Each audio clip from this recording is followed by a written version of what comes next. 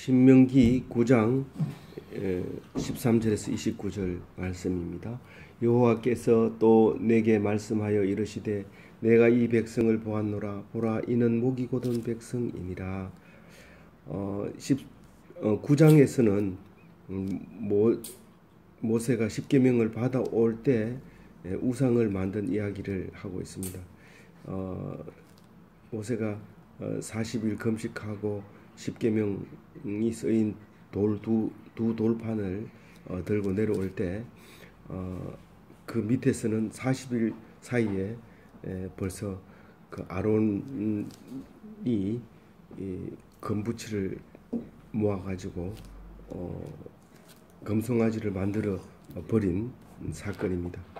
이 사건을 통해서 모세는 어떤 역할을 했고 백성은 어떤 완악하고 얼마나 완악하고 또 하나님은 얼마나 진노하셨는가를 말하고 있습니다. 이것은 출애굽기와 또 민수기에도 잘 나타나 있지만 이 신명기에서 그 이야기를 다시 한번 하면서 그게 무엇을 의미하는지, 너희들은 그 말씀을 어떻게 기억하고 있어야 되고 왜 기억하고 있어야 되는지를 말씀하고 계십니다. 그래서 오히려 민수기나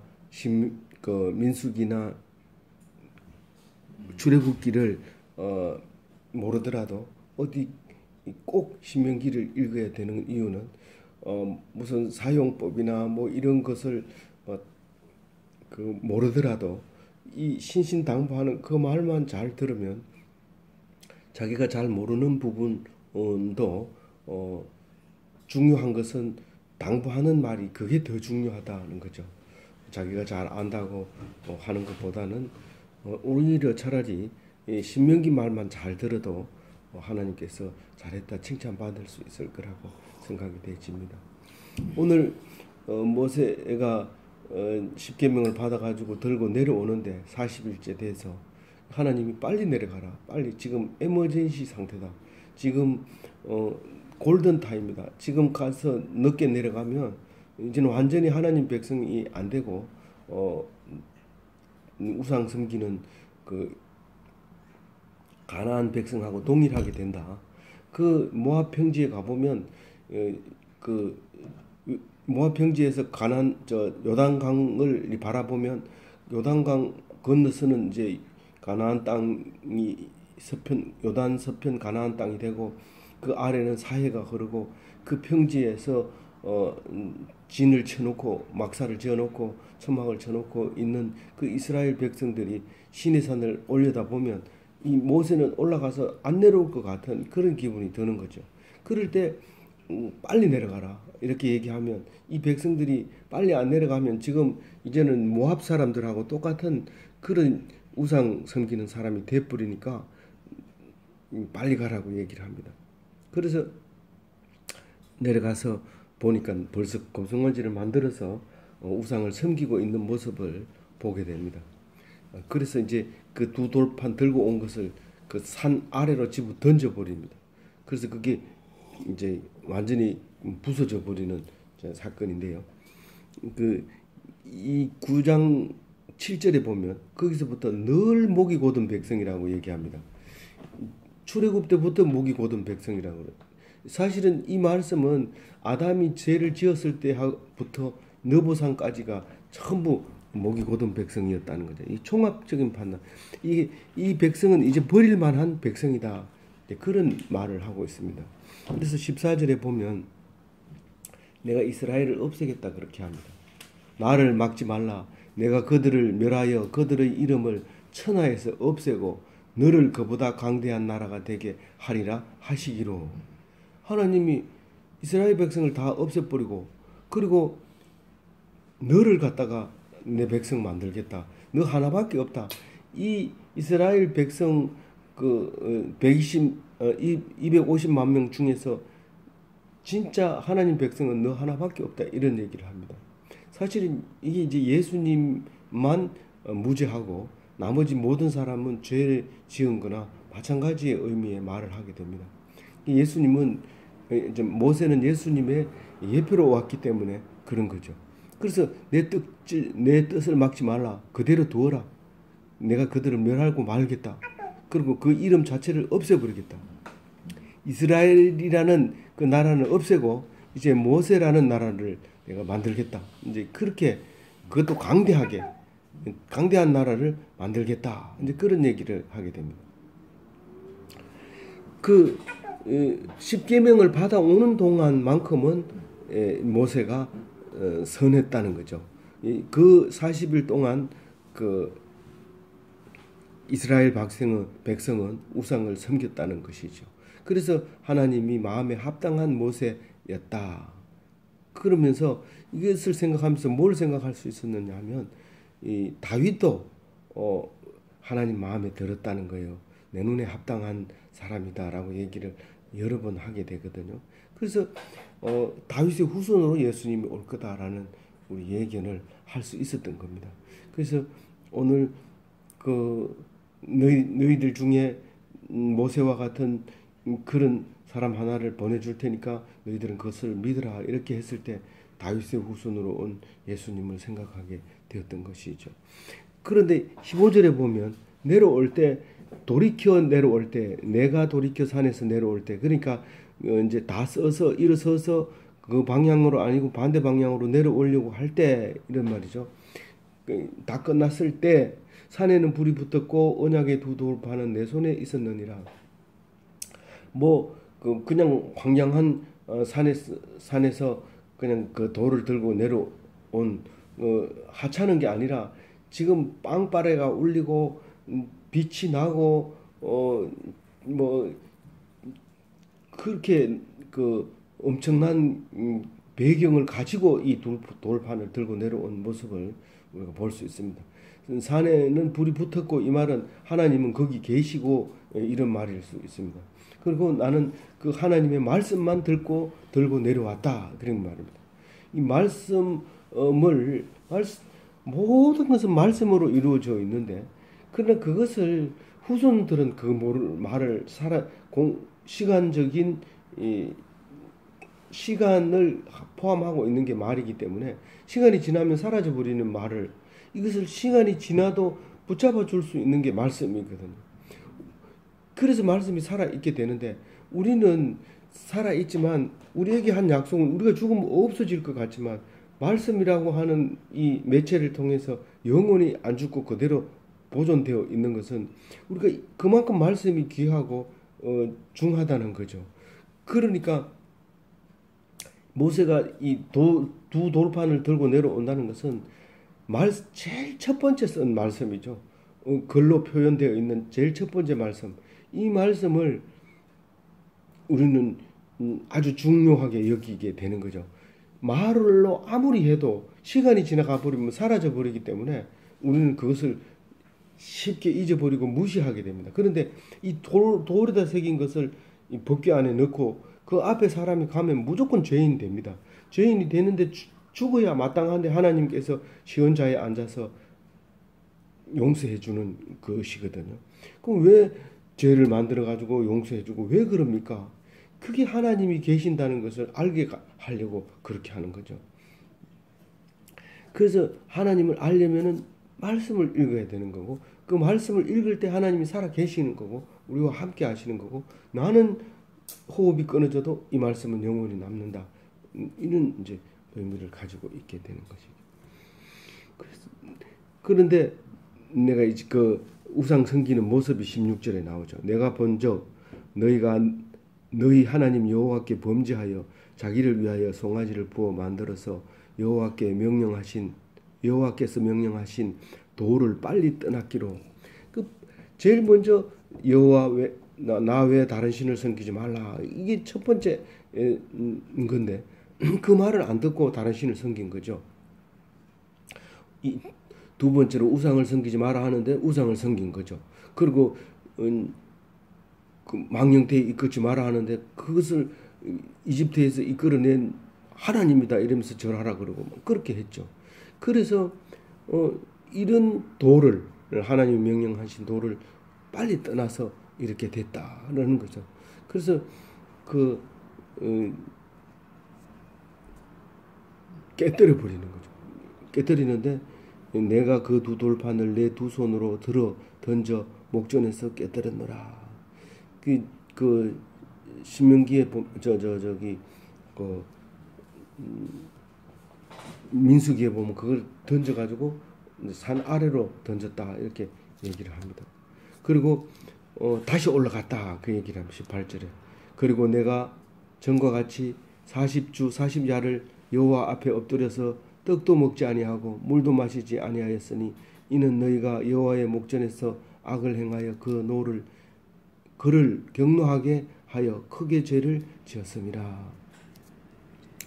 그래서 다시 산으로 들어갑니다. 들어가서 이제 또 40일을 금식하고 다시 두 돌판을 받아서 내려옵니다. 그것이 이스라엘의 백성의 범죄로 그렇다 이렇게 얘기를 합니다. 하나님이 이제 화가 나면 이렇게 그 이스라엘의 백성의 죄라고 말을 하게 되는데요. 이 말은 꼭 이 두 번 바위를 친 머리바 사건과 비슷합니다. 사실은 그 바위를 화가 나서 두 번 쳐서 그 모세가 가나안 땅에 못 들어가리라 이렇게 얘기하신 것처럼 이번에도 화가 나서 두 돌판을 던졌죠. 던져서 산 아래로 던져서 돌판을 깨고 다시 산으로 들어갔는데 그것은 이스라엘 백성의 범죄 때문에 그렇다고 얘기합니다.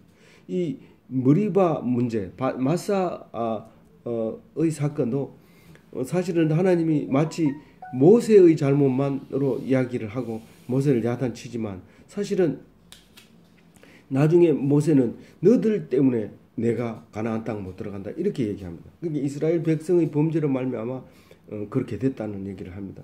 예수님도 십자가에 돌아가실 때 너들의 죄 때문에 내가 십자가에 죽는다 이제 그런 얘기를 하는 것을 볼 수 있습니다. 19절을 한번 같이 읽어볼게요. 여호와께서 심히 분노하사 너희를 멸하라 하셨으므로 내가 두려워하였노라. 그러나 여호와께서 그때에도 내 말을 들으셨고 그 19절 말씀은 이 금송아지 만드는 백성들의 악행을 위하여 기도했다 그 얘기입니다. 그러니까 모세가 그때도 내가 기도해가지고 너희들 용서받았다는 거죠. 그게 출애굽기에 나온 말인데 그 다음에 20절을 보면은요. 그 아론 제사장을 하나님이 치려고 했는데 기도해서 안 쳐고 놔뒀다는 얘기를 합니다. 20절 봅니다. 여호와께서 또 아론에게 진노하사 그를 멸하려 하셨으므로 내가 그때에도 아론을 위하여 기도하고 아론의 제사장의 죄를 중보해 줬다는 거예요. 그 말을 들었다는 거예요. 근데 이제 여기 민수기에는 이 말은 아론에 대해서는 모세가 직접 야단치는 것이 나와요. 어떻게 그렇게 했느냐? 그 제사장으로서 그렇게 막 야단쳤을 때 이제 아론이 이제 핑계를 댑니다. 이제 그 백성들이 금을 가지고 왔길래 불에 던졌더니 송아지가 튀어나왔다. 이렇게 이제 얘기를 합니다. 그런데 이제 여기서는 아론 제사장이 죄를 하나님이 치려고 하기 때문에 자기가 기도를 해서 중보해서 이제 아론의 기도 멸하지 않고 살았다. 이제 그 얘기를 하고요. 21절 읽어볼게요. 너희의 죄 곧 너희가 만든 송아지를 가져다가 불살라 찢고 티끌같이 가늘게 갈아 그 가루를 산에서 흘려내리는 뿌렸느니라. 이거를 금송아지를 갈아가지고 죄를 만들어서 가루를 만들어야 산 위에도 뿌리고 강물에도 뿌리고 이래가지고 뿌렸다고 했는데 출애굽기에는 가루를 만들어서 백성을 마시게 했다 그랬어요. 그걸 뭐 그릇이 있어서 그릇에 타서 마시게 한 거는 아닌 것 같아요. 이 하천에 뿌리면 그 물을 어차피 하천에 먹게 되니까 그렇게 이야기를 했을 것 같아요. 그래서 그 레위 자손 그래 놓고는 이제 레위 자손들 보고 뭐라 하죠? 너희들이 하나님 편에서 진정으로 살 거냐? 그렇게 하면 이쪽 편으로 서라. 이러니까 레위 자손이 그쪽으로 딱 모여듭니다. 그래가지고 그 레위 자손으로 말미암아 3,000명이 죽게 됩니다.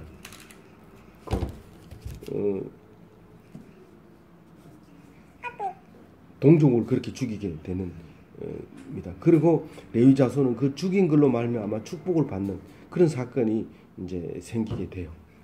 그 출애굽기 32장 20절 이후에 읽어보면 레위 자손이 그렇게 그 동족을 죽이고 축복을 3,000명을 죽이고 축복을 받게 되는데 그 3,000명을 죽인 것은 금송아지 만들었기 때문에 그런 거죠. 그리고 레위 자손은 하나님 말씀 들으려면 이쪽 편으로 서라 할 때 그쪽으로 모여들었기 때문에 그런 거죠. 그래서 레위 자손이 칼을 들고 막 그 천막 사이로 왔다 갔다 하면서 그냥 보이는 거 다 죽여서 3,000명이 죽었어요. 그래서 레위 자손에게 축복을 했다. 이제 그렇게 얘기를 하고 있습니다. 22절 읽어볼게요. 너희가 다베라와 마사와 기브론 하타와 또 여호와를 경외하여라. 이 다베라에서는 다베라란 뜻이 불사름 이런 뜻인데 이게 원망하다가 불사르게 되는 건데 요거는 3절까지 이야기 나옵니다. 1, 2, 3절 이렇게 딱 나오는데 언제냐 하면 그 인구 숫자를 세고 진행하는 누구부터 먼저 가고 이렇게 이제 그런 것을 다 정하고 난 다음에 진행 그렇게 하고 딱 떨어지자마자 그 원망을 합니다. 그 자리에서 그냥 불 질러가지고 죽여버립니다. 행진 초기에 처음 출발하는데 불만을 말하는 바람에 다 태워버린 게 다베라입니다. 그 다음에 마사는 우리가 잘 아는 머리바 사건인데 그 다투었다는 뜻이죠.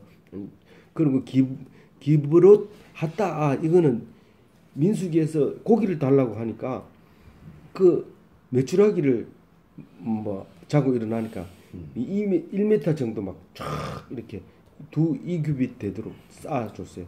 지중해에서 이 메추라기가 바람이 부니까 이 북서풍이 부니까 이 사막 쪽으로 오다가 갑자기 뜨거운 공기를 만나서 기절했는지 그게 떨어져가지고 그래서 막 쌓이는 거를 그냥 그거를 매가 터지도록 먹었는데 아직도 메추라기가 이 사이에 있을 때 쳐가지고 막 엄청 죽여버리는 거예요. 그러니까 다른 말로 얘기해서 하나님을 경노케 했다는 거죠. 그것을 이제 말하고 23절에 한 곳을 더 얘기합니다. 가데스 바네아에서 경노케 했던 것은 정탐꾼을 보내놓고 그 12명의 정탐꾼이 돌아왔을 때 2명 빼고는 10명은 우리가 들어가서 이기기 어렵겠던데요. 이렇게 얘기하니까 백성들이 대성통곡하고 웁니다. 이 사실은 한 사람이 그래도 한 사람이 우리 갈 수 있습니다. 이렇게 해도 분별력이 있어서 그 사람 말을 들어야 되죠. 다수결로 해서 안 되는 거죠. 한 사람이 자신 있다고 하면 그 말을 들어야 되죠. 그런데 그 분별력이 없어서 대성통곡하고 울고 있을 때 그만 말씀 그 사람들을 이제 죽게 만들죠. 치게 만들. 그리고 그때부터 40일 동안 정탐하고 왔으니까 너희들은 40년 동안 이 광야를 돌아라. 못 들어간다. 그리고 그만 1세대 출애굽 1세대는 다 광야에서 죽게 됩니다. 그리고 2세대가 이제 들어가게 되는데 2세대가 지금 이 신명기를 듣고 있는 거죠. 모세의 설교를 듣고 있는 거죠. 그게 이제 23절 얘기고요. 24절 읽어볼게요. 내가 너희를 알던 날부터 너희가 항상 여호와를 거역하여 왔느니라.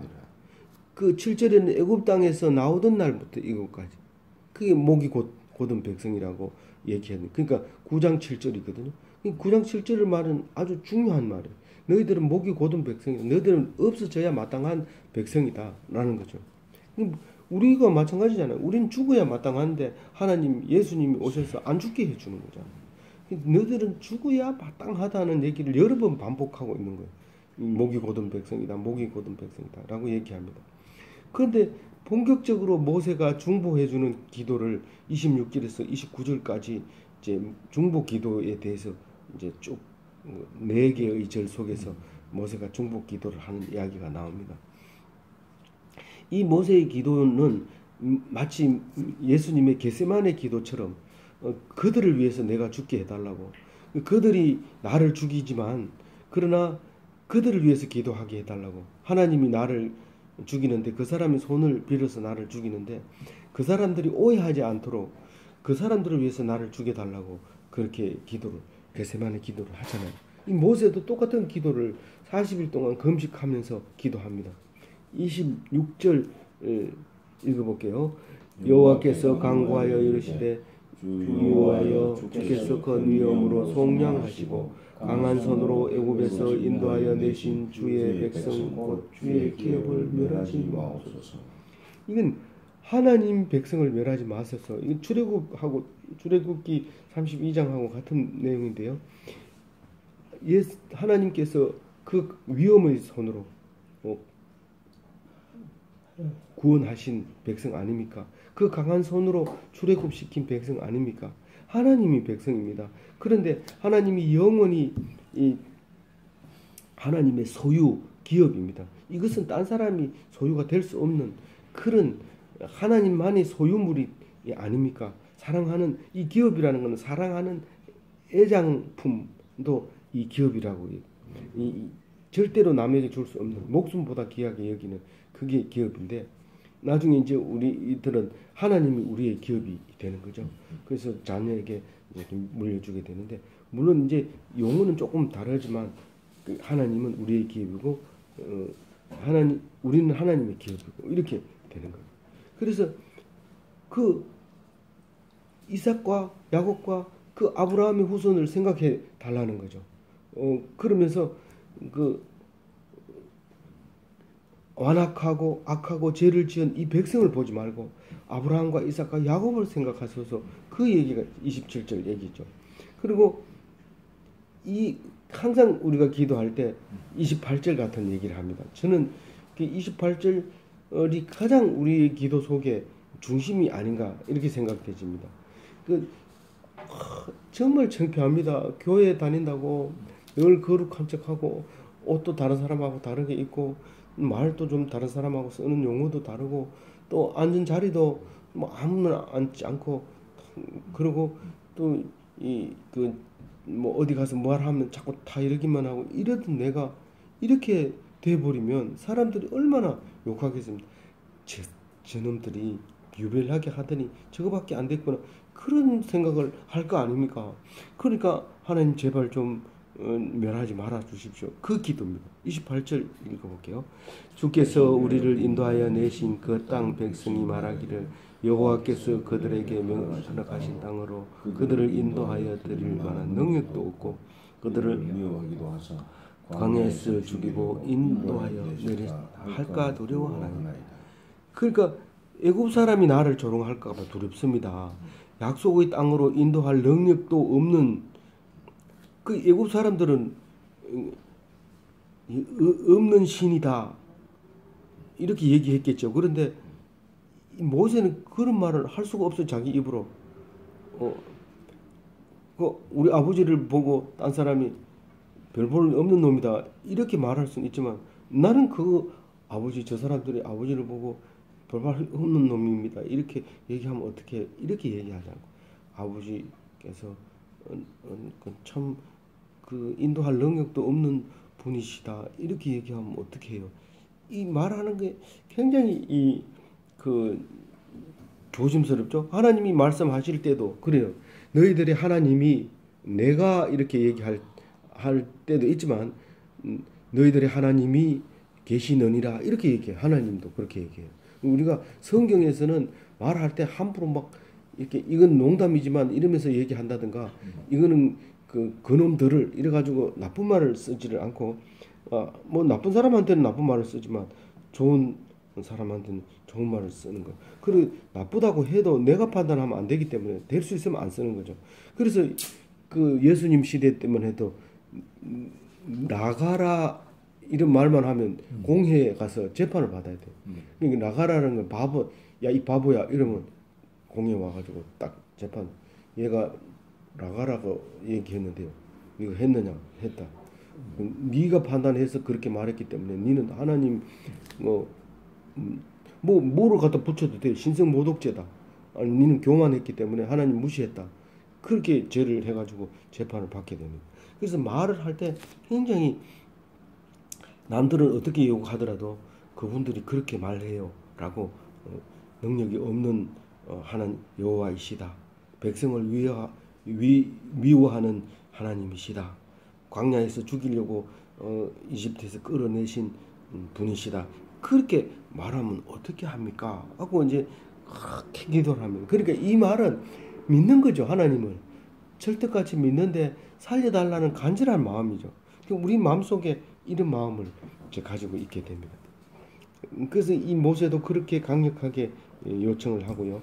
29절을 읽고 마칠게요. 그들의 주의 능력과 펴진 팔로 인도하여 이긴 주의 백성 곧 주의 기업이 이루소이다 하였노라. 이 하나님의 능력, 그 기적과 이사와 표적 이런 걸로 하나님이 끌어냈지 그냥 뭐 자연적 가만 놔두니까 나오고 이런 게 아니에요. 하나님이 엄청난 능력을 보여줘서 이집트를 탈출해 나온 이스라엘 백성 하나님의 기업 하나님의 소유물이 아닙니까? 그러니까 제발 살려주세요라고 얘기를 합니다. 그리고 이제 오늘 말씀 속에서 하나님이 분노하시는 하나님을 기억하면서 하나님이 분노하지 않도록 우리가 오늘 하루를 살아서 참된 기독교인의 모습을 보여주는 좋은 날 되시기를 주님의 이름으로 부탁드립니다. 아멘.